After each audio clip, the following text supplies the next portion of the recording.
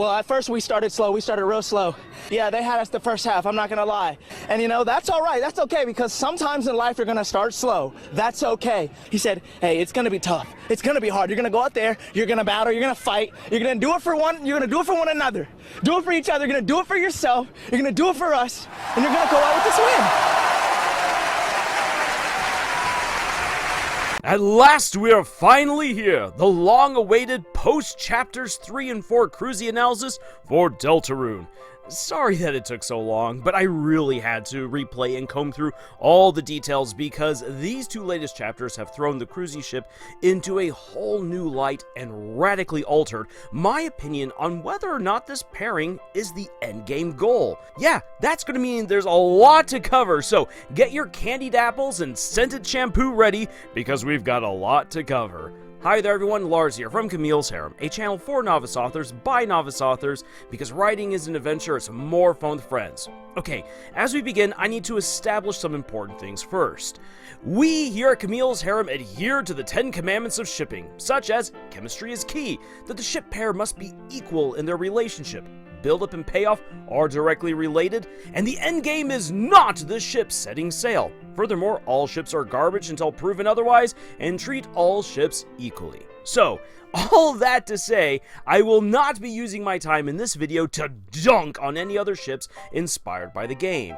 And if you want a full breakdown of our 10 commandments on shipping, please check it out. Second, I won't just be listing off all the cutesy shippable moments between Chris and Susie. I mean, I will be doing that, but more importantly, I will be looking into how their relationship is integral to the plot of Deltarune and tells a story all its own. Third, because this is a channel for novice authors, I will also endeavor to pull out valuable writing lessons from what Toby has done with these two characters. Fourth, there will be some speculation and theorizing later in this video, but I will hold off on a lot of the deeper and more complex theories for later videos, especially when you realize just how big things are with the insane love triangle of conflicting possibilities that Toby is weaving with Chris, Susie, and Noelle. Finally, I will be drawing on some of the material provided by Toby Fox in his newsletters. Though these stories are considered non-canonical, they still give us insights into events and details revealed in the game. While it's very likely that Toby only wants in-game materials to be regarded as exact lore, I wouldn't doubt for a second that many of these side stories are things he came up with along the way to help him solidify and contextualize the more important events that are in the game. Whew! So with all of that covered, let's dive into the state of Krusie post chapters 3 and 4. The newest chapters give us a lot to work with, so to set the stage for an in-depth discussion of how Chris and Susie's relationship has evolved and the growing amorous feelings between them, we need to quickly lay out the blatant and highly suggestive Krusie scenes Toby gave us in the recent chapters. To be fair, Toby gave many ships some good feeding in these latest installments, but when I lay it all out, Krusie definitely gets the lion's share of incredibly cute and very meaningful moments. After I present this list, we'll dive into what all of this means for their relationship and our understanding of the story so far. Beginning with chapter 3, but not in any particular order, we've got Chris playing along with Susie's crassness when coming up with names for Tenna's games. Chris and Susie sharing a moment after licking TV screens. This is monumental because we can actually see Susie's affectionate expression, which has only been shown to Chris throughout the game. Yes, there was the one time when Birdley hallucinated it when he thought that she was going to kiss him, but really for every moment that was not a hallucination, Susie has only ever shown that face for Chris. We got it at the end of chapter 1, and we got it again when Susie attempted to awkwardly flirt with Chris in the dungeon. Then Chris tells Susie that they are real in order to comfort her.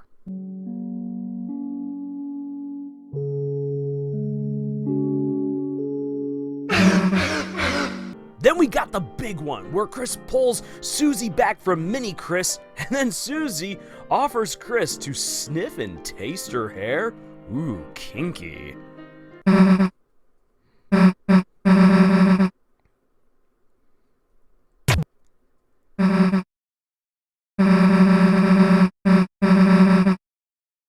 This is followed by Susie leaving a half-drunk can for Chris, which feels very reflective of when Chris took a bite of the same apple that Susie did in Noelle's post.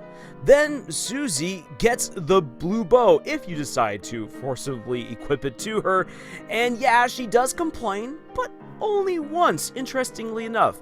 Possibly because deep down, she doesn't mind. We know that Susie is learning who she wants to be, and this is kind of a big deal because for anyone else, she might have really torn into them, but when Chris gives her the bow, it's not such a big deal. Then we've got Susie forcing Chris to smile in Shudda's picture. And then Susie holds on to Chris during the hilarious horseback ride. Sure, yeah, it's just her holding on to their waist, but it's something that seems out of character for her the more you think about it. Unless...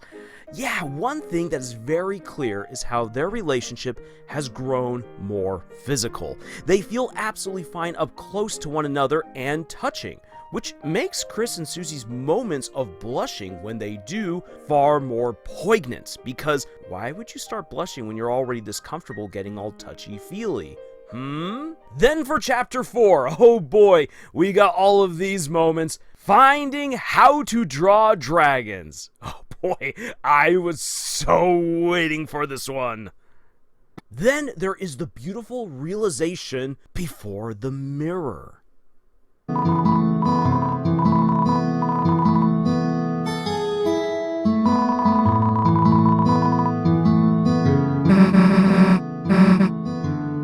And of course, we can't forget when Susie gives Chris a star.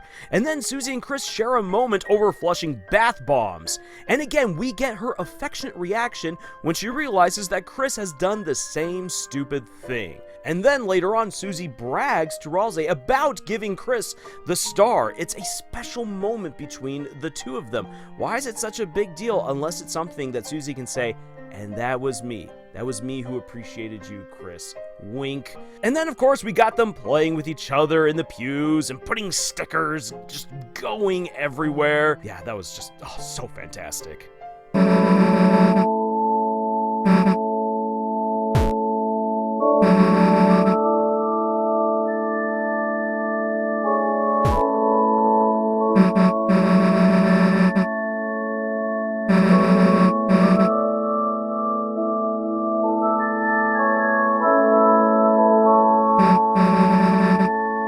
Obviously, the most important moment is juice time!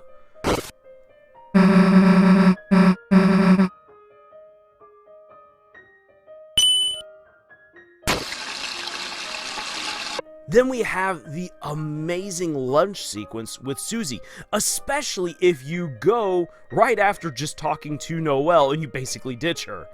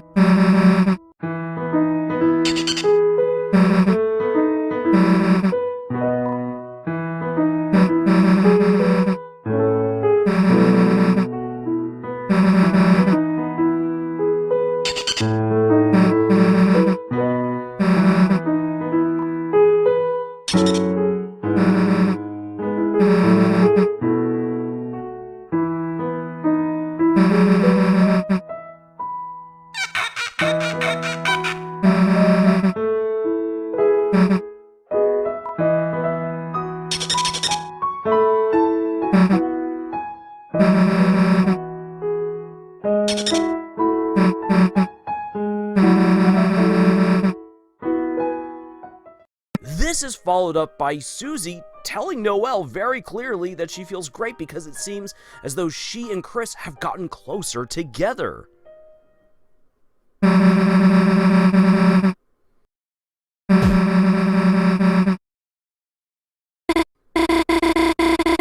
And then during one of the big Suzelle moments, Susie brings up Chris's flirting and compliments it? Susie talks about how nice it is as well to hang out and not talk. That's totally fine to have that kind of an experience with someone else. It's her first time with Noelle, but that's already an experience that she's shared with Chris. And that's important because that was their first shared moment that then really reflects on Susie's relationship with Noelle, saying, this is normal, this is okay. And that is a huge, great affirmative moment for Susie. That is thanks to Chris. We then also get another really big moment. It's kind of a blink and you miss it if you're not really paying attention. Yes, it's right there. The game draws attention to it, but its implications are big. When Susie wants to heal Chris, it's both to prove her worth and growth to herself and to show off for someone that she cares about. Ralse already knows about this magic, as does Chris, but it's something important that she wants to share with Chris in particular, because she sees them as someone who always supports her and she wants to pay it back. Then of course we get the big blushing moment when Susie holds Chris's knife. And then Susie tells Chris about how she tried destroying the public piano that was in the plaza back at another town before she moved.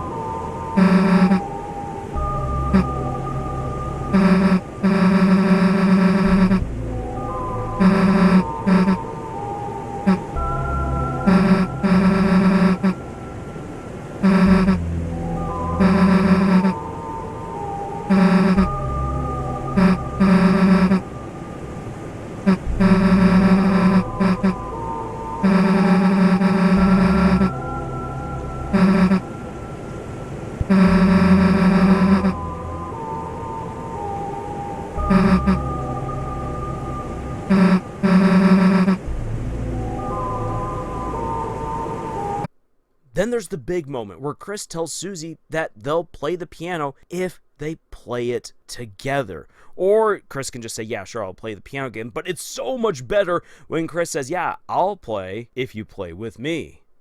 And then there's the big moment, the prophecy about the girl, that she will find love. Susie doesn't want Chris to see it, although this doesn't come across as blatantly as a Krusie moment at first. Within context, however, it takes on a very different meaning. And then Chris steps in and saves Susie from Gerson's animated suit of armor, and just, man, think about this. Chris loves being the hero to step in and rescue the dragon. And Susie and Chris share a moment while climbing, and later you climb while following the iconography of the girl. And sitting by the lakeside, of course, together once the day has ended, after it's rained, sharing another quiet moment after some really monumental revelations and a harrowing battle. And of course, Susie comes back at the end of the chapter to check on Chris, and they share a moment through the window.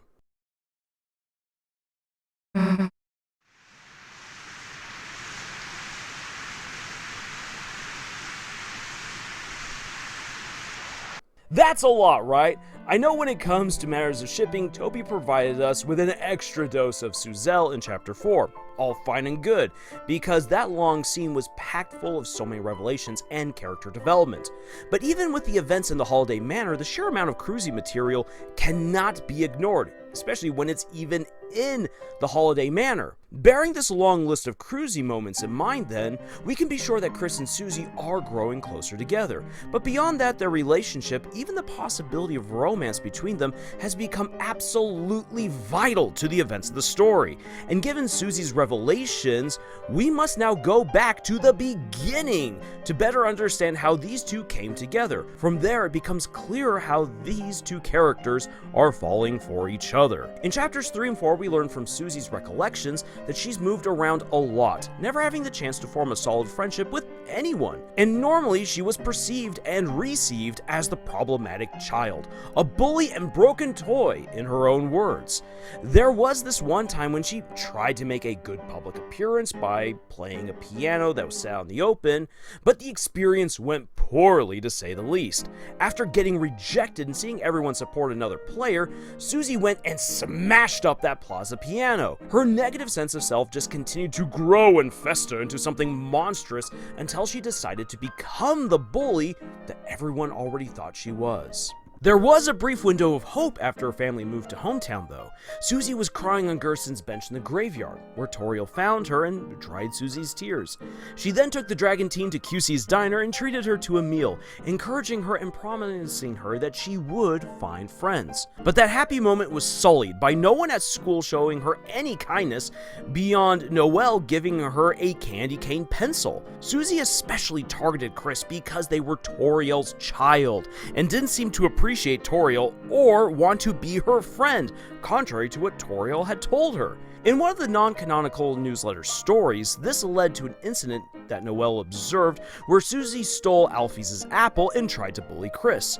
But when Chris was unresponsive, she hurled the half-eaten apple at them, and they caught it and then took a bite.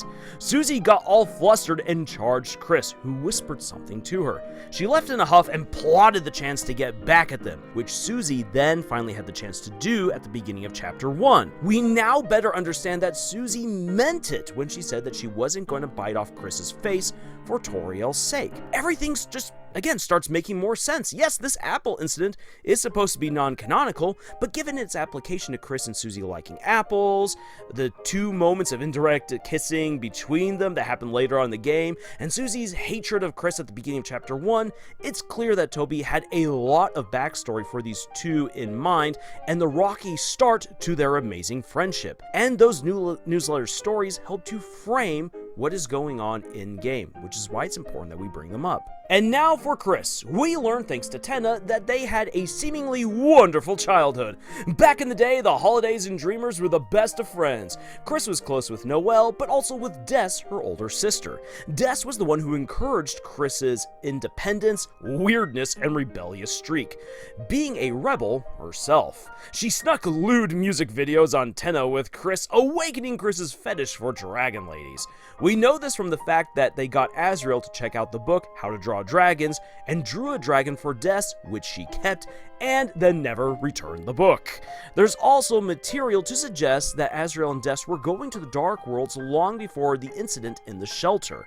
The two of them even brought Queen and King together at their house and included Chris in some of their adventures.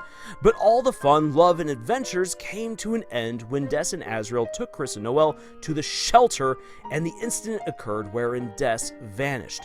The holidays and dreamers split, and the drama caused by Asgore's failure widened the cracks in his marriage with Toriel and split the two of them up. In the nasty divorce that ensued, Chris ended up with Toriel and in a position where everyone in hometown knows the family's shame. When Azrael left for college, Chris was left alone. During all this commotion, but we don't know exactly when, Carol enlisted Chris to help fulfill the prophecy about Angel's Heaven. This all very likely in a crazy bid to get Des back and fix everything that went wrong so long ago. Chris accepted Carol's offer and has been helping her and the Roaring Knight to open dark fountains and pursue the prophecy. But these plans and magnificent machinations have all been muddled up by Susie. It's becoming obvious thanks to the information dropped in both the normal and weird routes of chapter 4 that Noelle was supposed to be the girl in the prophecy and Chris's partner. But that plan went awry when Alphys chose Chris and Susie to go together into the Dark World. This meant that the plan immediately came off the rails, not only because Chris, Carol, and the Knight needed to engineer now a new scheme to rope Noelle back into the Dark World, but more importantly, Chris was thrown together with the person that they had been crushing on from afar, or more like from one desk away. I won't rehash every little Krusie detail from chapters 1 and 2 in this video, I already have several dedicated to that, but suffice it to say, we learn from dialogue hidden throughout encounters in the game that Chris was interested in Susie and tried to get to know her, even while stuck in the pitiful state that they've been in with the player and Carol's plans. Susie wanted nothing to do with Chris, though, until Lancer cracked open her heart and became her first friend. And because Chris made Susie a part of the adventure, they defeated Jevil together, they confronted King, and they saved her from his treachery. The two of them get to revel in all the friendships they've unlocked. Susie has never been happier in her whole life, which is why she wanted to return to the Dark World with Chris, why she wants to be a hero, and more importantly, why she wants to be friends with Chris. In Chapter 2, again, if you go looking for it, there are all kinds of cute Krusie moments where the two share moss. You can learn that Chris has been looking at monsters to date in their area, combined with their dragon fetish, and you know what they're certainly after. That cute little dragon tail, which obviously Susie doesn't have. And then we've got Susie making her funny flirt, asking Chris if they'd feel her breath on the other side of the communication tube if she blew fire through it. And it becomes very clear as you play throughout the game how close Chris and Susie are becoming. It's made explicit by the dialogue option to choose Susie as Chris's partner for the fair. Now, Chapter 3 doesn't have as many blatant Krusie moments unless you go looking for them. It's clear that they're way more comfortable around each other by this time, getting far more physical. In Chapter 1, Susie would never have allowed Chris to touch her, and she kept hands off as well. But now she's holding on to them while riding on Horse Ralsei, forcing Chris to smile for the camera, and just getting so much closer. This really comes to a head when you make Chris look for the Shadow Mantle. By the end of that fight, when Susie comes, the player can choose to have Mini Chris go after her. By this point, Chris knows the power of that sword their miniature self wields. If Susie gets hit after seeing Mini Susie already succumb to it, Chris steps in once more to save their friend. This brings them very close to each other. Very close indeed. And Susie finally fesses up to drinking the apple-scented shampoo. She stuffs her luscious locks in Chris's face and tells them to get a good whiff. Chris tells her that she's weird, which he brushes off and leaves them then with a half-drunk can. And suddenly, we come back to the apple incident from the newsletter. Remember how Susie got all upset about Chris taking a bite from the apple? Very specifically where she had bitten from it? That's because it's an indirect kiss. Susie, as the kids say these days, is a pro gamer. She knows the anime lingo, as does Toby, who loves to play on the ridiculous tropes common in manga and anime. And the indirect kiss is an annoying one, and it's all over the place. Come on. Swapping spit via a fork or an apple is just gross and dumb, and lacks the fun and thrill of actually kissing. But Susie is a tsundere who knows the tropes, and she knows what it means. But also in game, there's the fact that Chris and Susie shared licking the same TV screen. She knows they're okay with sharing some spit, and so she leaves the can. And honestly, without the romantic hint behind it, this little detail about leaving the can behind just doesn't really belong. In short, Chris saved Susie from death, though she doesn't know that part. She shared a private moment with Chris where she got very close with them, interpreting the hug for something far more intimate than Chris meant, and so she left them with another chance at an indirect kiss. But this time, it's a kiss she willingly gave.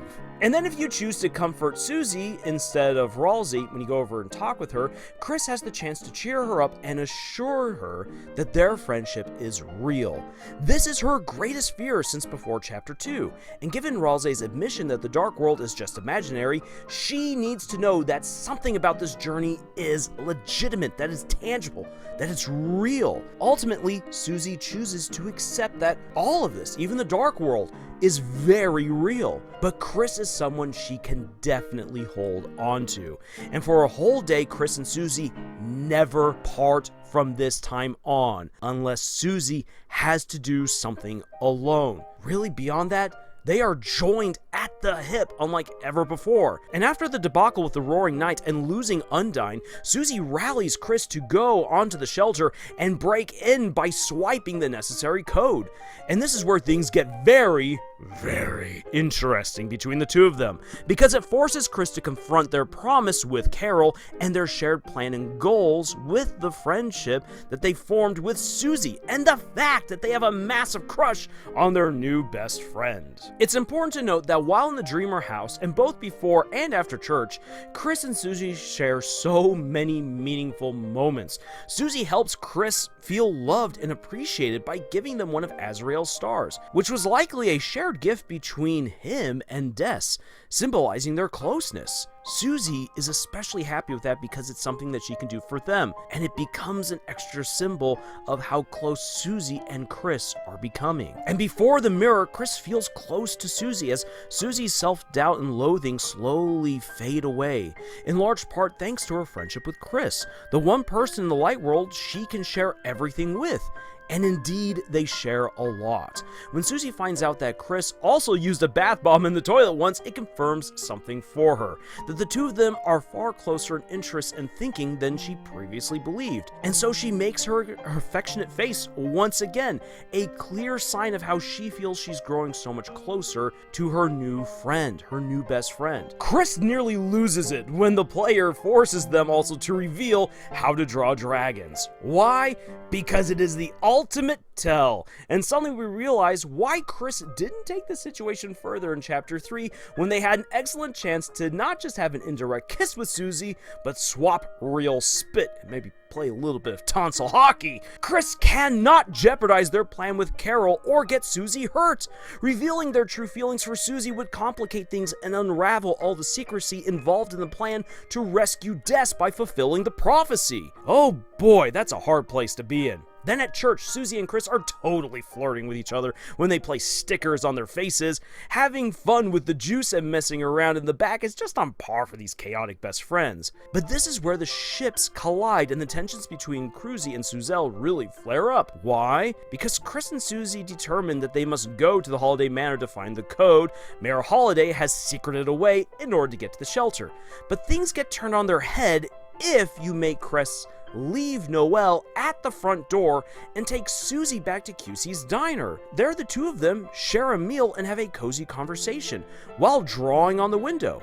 And what's curious is that we don't know what Chris made Window Susie say, only that it made Susie react with her own teasing, as if she's downplaying what Chris wrote, which prompts them to add something else, something that we aren't able to see, which becomes even more suspicious when we realize, thanks to both weird and normal routes, that Chris can hide information from us. Why is that so significant? Because Chris is trying so desperately to cover up from a possibly heartless player how they really feel about Susie. Even the clues they're just heaping up in a large pile at this point. Yeah, you would think that the player is paying attention. Not all are, but there it is. And to cap it all off, as Susie returns to the Holiday Manor, she tells Noelle that it feels like she and Chris have grown closer together, for which she's very happy. But then, what of the moments in the Holiday Manor? Well, sadly for Noelle, Susie was just committing to the bits. Chris does know the house way better than her, so they're able to go looking for the code far easier than she ever could. And at the same time, Susie will distract Noelle. This does have the added benefit of them spending more time alone together and properly getting to know each other. Remember, Susie wants to be Noelle's friend, and she finally has the perfect chance here in the light world. However, in Des's room, Susie starts bringing up Chris, much to the reindeer's dismay and chagrin. The thing is that Susie's very curious to know more about Chris from someone who is supposed to be their childhood best friend. You gotta love those anime tropes, am I right? Noelle does her best to brush it off as though they were never close. Something which you can tell by Chris's response, they're shocked to hear. Furthermore, they get flustered when Susie talks about them, likely afraid of whatever Noelle might say, especially when Noelle hears that Chris has been flirting all over the place and whatever else Chris is doing. It's a tense and heartbreaking moment because you can see how Chris is again caught between their care for Susie and even their care for Noelle, and wanting to get closer to her against the weight of the plan with Carol, which is so incredibly important to bring back someone else that Chris cares about, Des. And all of this comes to a head when the mayor returns home.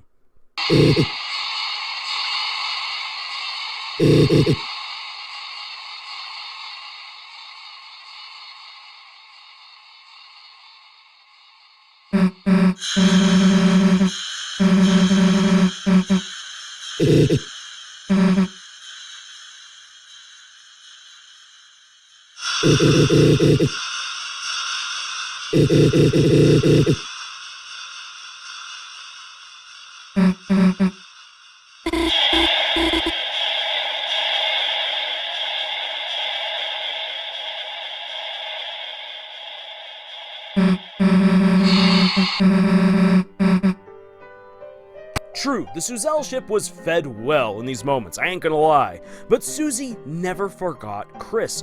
Chris was never an afterthought, and instead she was trying to find out more about them in the process. And she's impressed with their flirting skills, while Chris was clearly flustered throughout the whole bedroom encounter. This nuanced scene where so many dark secrets and details start coming to light can easily drown out the fact that Susie is interested in Chris. And deeper into chapter 4, the Krusie moments become very blatant. When Susie tells her story about the piano and insists that Chris take it up again, all the choices yield a touching response from Susie. She wants them to be happy, and if Chris tells her that she'll play the piano with them, if, that's the condition that they'll play the piano, this brings out Susie's excitement. It's a sealed deal. And then of course we get Chris blushing profusely when Susie touches their knife. First indirect kisses and now indirect hand-holding? How much more lewd can these two get? Back in the church's dark world, when Susie has the opportunity to find out about her love life, she doesn't want Chris there to peek. Sure, it could be out of embarrassment, but all the details we've seen so far, to me, it starts becoming very clear that Susie doesn't want Chris there to see her reaction and open feelings if it's revealed that she gets together with them or with someone else. She doesn't find what she's looking for, but when they climb the pillar together, Susie lays her heart and feelings bare to Chris. She's filled with hope, and it's in large part thanks to them. Susie is learning to express herself, and it feels like she's getting closer to revealing her true emotions, feelings, and thoughts for Chris. And the trust between them just becomes so openly apparent when she and the others fight the Titan, because she grabs Chris and jumps with him right through the monster's face in order to close the dark fountain within. This amazing moment of triumph and friendship is countered with the horrifying revelation of how their journey will end according to the prophecy, which has yet to be false. In light of this, Susie vows to defy fate itself. She will become stronger alongside Chris and become the heroes that the world needs. All the worlds. And the chapters end with Chris still caught between a rock and a hard place as Carol reminds them of their promise. And if you play the weird route, add to that, Chris has already put the thorn ring back on Noelle, which means that the player has forced them to keep that promise to Carol. And that's what's so difficult for Chris, is that they are not fully free to express themselves or live how they wish. This in turn highlights something I love about the Krusie ship, that it's largely hidden in the details. Sure, Chapter 4 brings it to the forefront, but if you've been looking, it's clear how Chris feels for Susie, and you can see how Susie is developing feelings for Chris in return. What I like to call the Krusie run is a route of choices that you have to search for, and you are rewarded if you go looking for them. And I think it will pay off massive dividends in Chapter 5, because the next installment is going to be all about love. Not only are we getting into Asgore's life, and specifically his love life, and perspective on everything that's been happening, but the festival is finally in town. Susie is taking Noelle to the fair. Chris will obviously be there. Birdley thinks he might have a chance to date a whole harem. Caddy is going to be on the lookout for revenge and take Noelle back from Susie. And Carol still wants Chris to get closer to her daughter. And then poor Pizza Pants is about to have his heart broken all over again. Someone's heart is going to get broken, and at the center of it all, we have this budding love triangle where Chris likes Susie, Noelle likes Susie, and Susie definitely has feelings for Chris, but the fair is a time for love to blossom. So how about Noelle's chances? Personally, I theorize that Noelle will leave the fair with a broken heart, either from being forced together with Chris, or Susie choosing Chris, or Chris choosing Susie, or maybe even through a misunderstanding where Susie attempts something innocent, like giving Noelle a chance to ride the Ferris wheel again with Chris and make up for that one time when they were kids and Chris rocked the seats. If that happens, Noelle will likely interpret the gesture as a rejection and the drama bomb will go off. And when you add the other characters to this volatile mix, you know it will get messy. And that is the perfect setting and setup to further explore broken relationships and doomed love with Asgore and whatever dark world is opened up in the next chapter. Hello in there! Hey, what's so important? What you got here that's worth living for?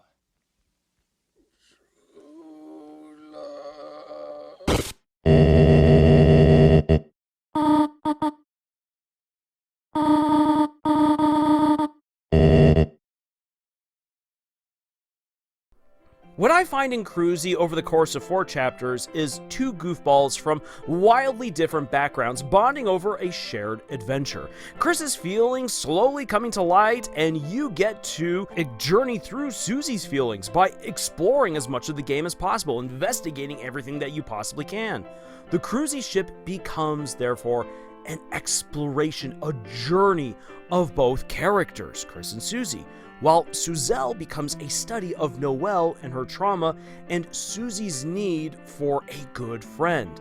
And Cressel, on the third hand, as embodied by the Weird Route, exposes Deltarune's dark side of 2 characters who are being forced into a relationship. Each relationship brings something new and unique to the story, but Krusie, I'd argue, is the ship that brings out the most objective positivity. It is also the route that allows all the characters to grow towards who Toby envisioned them all becoming by the end: friends! By the end of chapter 4, Krusie is not just a fun ship for fans to speculate over and make all this incredible artwork and fanfics for, but it's become a viable option for the overall plot and central to how the characters can grow, depending on our choices as the players, but also, as we learn by the end of chapter 4, based on their own choices.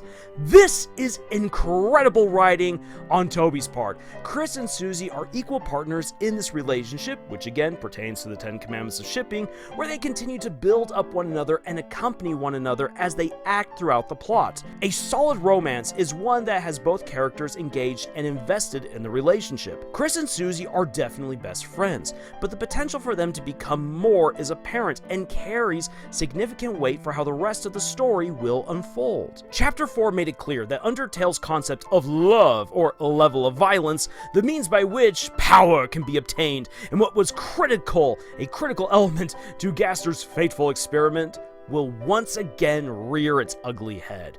Chapter 3 also hinted at this if you pursue the Shadow Mantle.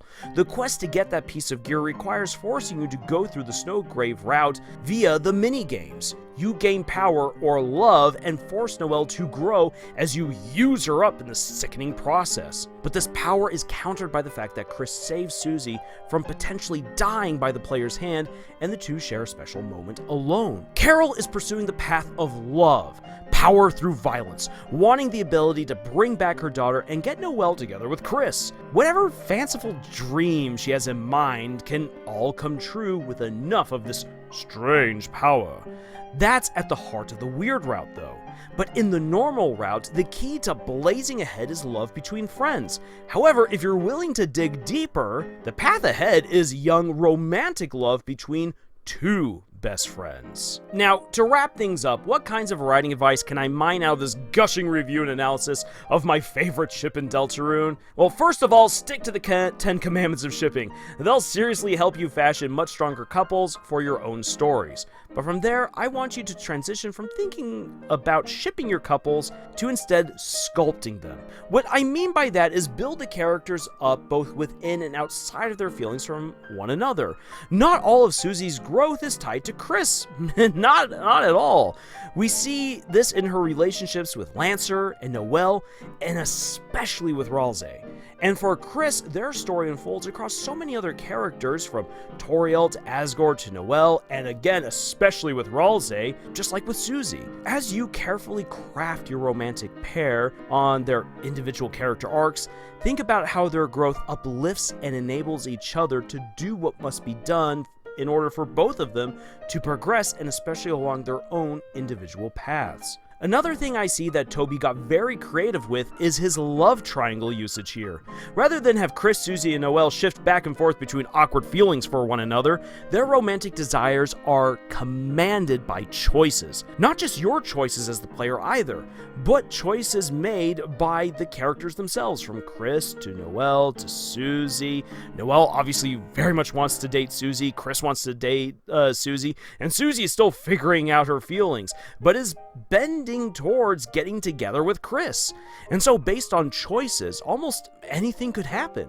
And this feels even more real than most love triangles, even though it's arguably many more times convoluted and contrived. Another thing is this. Please take your time when writing couples. It will help out your story so much.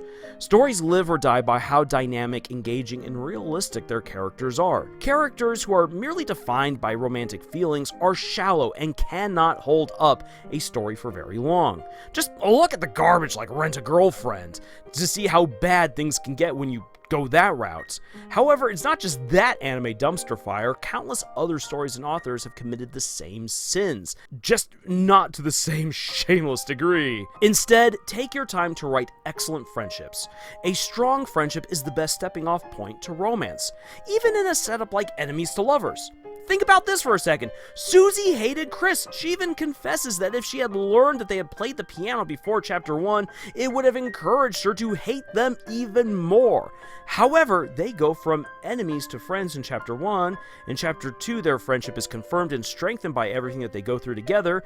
And then in Chapter 3, they become warm and comfortable around each other, so much so that serious feelings can now come to the surface. And then Chapter 4 introduces us to all the serious awkwardness, angsty love stuff that nearly all teens experience. Toby is taking his time to build up the romance rather than jump right into it, because he knows that that will cheapen the experience and lessen the impact that all these relationships will have on his players. This doesn't mean that you should end your story with characters finally getting together, but rather you must put in the effort to build up everything leading to the romance for it to really take off with your audience. And doing so will help your characters become much more fleshed out and really come to life without needing the crutch of a forced romance. Lastly, communication is key. While there are misunderstandings throughout the chapters of Deltarune, we see amazing moments of great dialogue. Not just romantic, but platonic, revelatory, fearful, heartfelt, angered, and so forth. The Krusie ship lacks many of the overt signs of affection that Noelle brings to her crush on Susie, so it has to rely on the power of dialogue. And what's more is that Toby communicates that often with just Susie's side of the conversation. He then backs up this ship's dialogue moments with a few moments of normally Chris, but sometimes Susie taking significant actions that confirm what the dialogue has given or hinted at. We often get so hung up on showing things in our stories that we forget the power of good dialogue, of good telling. There, that's all I have to say about Krusie in this video, but it won't be the last thing before Chapter 5, because as I've been working on this video, several other ideas and realizations about the story have come to me, and I definitely want to pursue this love idea further, and also talk about the parallels between Des and Azrael to Chris and Susie, or even Chris and Noelle. So if you want to see those when they drop, please make sure that you are subscribed and have clicked the bell icon to receive notifications for those and all our other videos. And if you can't wait and need more romance in your life, then I suggest reading my book, Notice Me, Senpai. You'll find that and links to all my other books in the description below. Thank you for joining us on this incredible adventure that we call writing, and until the next video, y'all, tschüss.